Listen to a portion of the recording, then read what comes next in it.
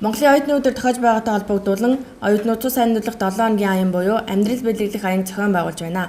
Энэхүү аянд нийтдээ 14 ихтэй сургуулийн оюутнууд хамрагдаж 3 газарт очин цусаа андуулж байгаа гинэ. Энд манайхаар 14 сургууль оролцож байгаа.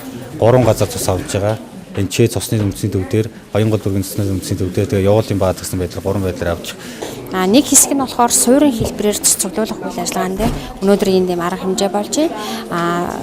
Өшөө явуулын хэлбэрээр бас явуулын багуудад маань хамтарч одоо энэ 7 хоногийн хугацаанд цус бэлэглэх үйл ажиллагаанд хамтарч оролцож байгаа. Аянд оюутнууд идэвхтэй оролцож байгаа бөгөөд 2 хоногт 250 орчим оюутан цусаа андуулсан байна. Мөн энэ үеэр оюутан залуус бусдын амь нас эрүүл мэндийг аврахын төлөө аянд нэгдэж цусаа бэлэглэхийг уриалж байлаа.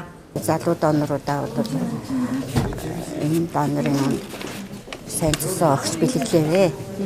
Олон хүний амь насыг авраарай гэж хүсэж байна. Нэг хүний цус 2-3 амь аврах гэж байгаа шүү дээ. Тэгээ тэрнтэй бол ер нь санал нэгтэй өрдөөсөө хүн болгон цусаа өгч ёстой л гэж бодож байгаа л да тэр. Хандаа ч гэсэн та нар өөрсдөө хуваараа ирээд заавал миний уриалгахгүйгээр өөрсдөө ирээд өгцгөөрэй.